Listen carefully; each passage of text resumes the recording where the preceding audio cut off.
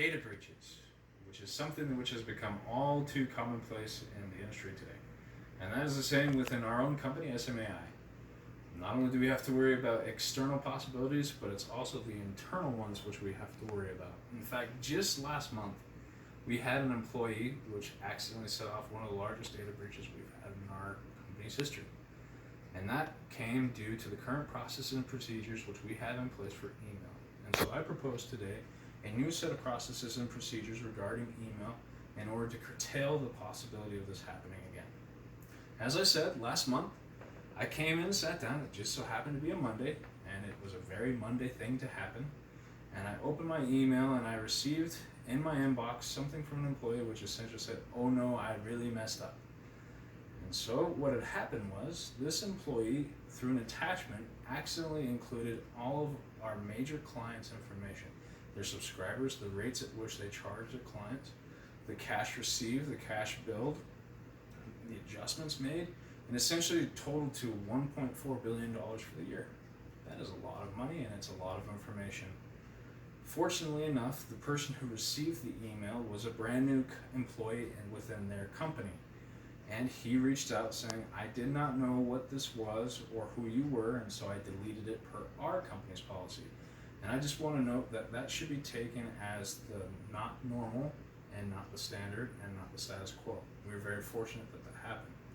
But the reason why this even all took place is the current email processes which we have as a company, which are essentially a standard 2-minute delay from when you hit the send button to when it reaches its destination, which quite frankly is nice if you want to catch something, but really does nothing, and to have your direct manager CC'd in the email. Again, these two items combined really do nothing to stop this kind of thing from happening. And so I propose that we develop within the email new client folders where any email which is to the client directly or relatable to the client gets sent there first as a draft, where then more senior employees, account managers and department managers and senior account managers then have the opportunity to see the email.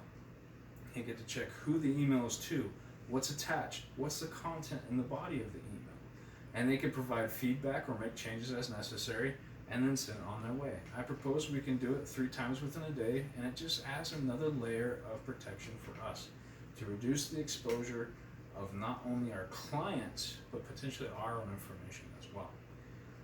Now, I know what you're thinking. Well, what about a costly idea or different program? Well, the truth is, we're utilizing something which we already have, and there is really no true cost except for the time taken to implement training within the departments, and then also the time it would take to create new processes and procedures which are easily distributable to other employees within the departments.